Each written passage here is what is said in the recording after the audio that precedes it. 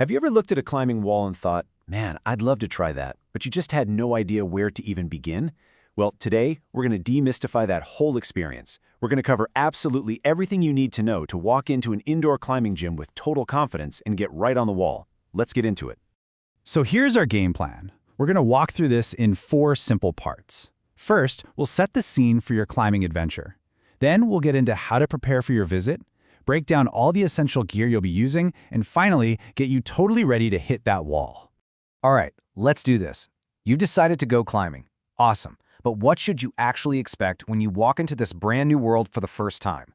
Now look, climbing is a huge world. There are all these different skills like footwork and reading routes, and it can look a little intimidating from the outside.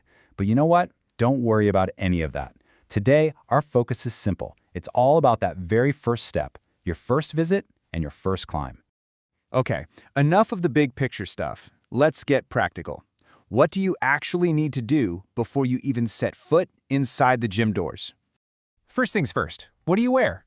Just think comfortable athletic clothing, something you can really move in. The main thing is to avoid anything super baggy that could get caught on the climbing holds. And this one's a big deal. Leave the jewelry at home, especially rings. They can be a serious safety hazard, so just take them off beforehand. Next up, what should be in your bag? Well, a water bottle is an absolute must. You're going to want it.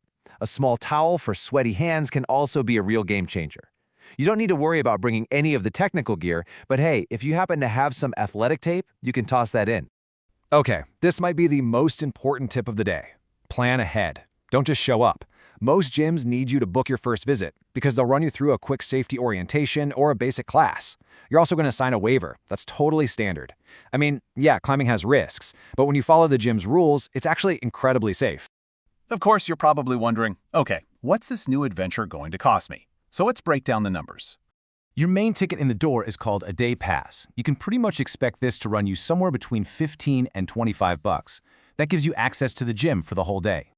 On top of that day pass, you'll need to rent your gear. For the basics, like special climbing shoes and a harness, you're looking at another $5 to $10. So all in all, it's a pretty affordable way to try out a brand new sport. So for what, maybe $30, you're in the door and you're all geared up. But what exactly is that gear you're renting and why is it so important? Let's take a closer look. Let's start with the most critical piece of equipment you're going to use. The source material says it perfectly. Climbing shoes are your most important piece of gear. Seriously, they're not just shoes. They're the foundation for everything you do on the wall. And yeah, these are not your regular gym sneakers. Climbing shoes have this super sticky rubber on the bottom for maximum grip. They're also meant to fit really snug, like your toes are right at the very end. And there's a good reason for that. The tight fit means you can put all your power right through your toes and onto the tiniest little footholds. It's what lets you stand on things you'd never think was possible. So should you rent or buy? For your first few visits, definitely rent, 100%. It gives you a chance to see if you even like this whole climbing thing. Once you're hooked, and you might get hooked, then you can look at buying a pair. Just remember, your first pair should be comfortable, not painfully tight. Next up, chalk. And no, it's not just for gymnasts.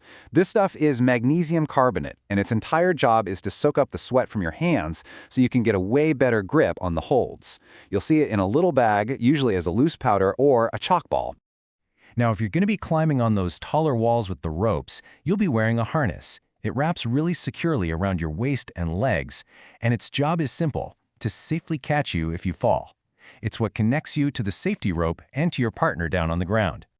And that partner on the ground? They'll be using something called a belay device. It's this little metal piece of gear that the rope feeds through. Basically, it acts like a brake for the rope, creating friction so your partner, your belayer, can easily control the rope and catch you if you slip. Don't worry, they'll teach you all about this in your orientation. Okay, you know what to wear, you know what to bring, and you know what all the weird-looking gear is for. The only thing left to do is put it all together and actually get on that wall. So here it is, your simple 5-step checklist for an awesome first time. Number 1, book your visit. 2, pack your bag. 3, rent your gear when you get there. 4, and this is a big one, really listen during the safety orientation. And number 5, the most important rule of all, have fun. It's all about trying something new. So there you have it. You're prepared. You know exactly what to expect. The fear of the unknown? It's gone. The only real question left is, are you ready for your first climb?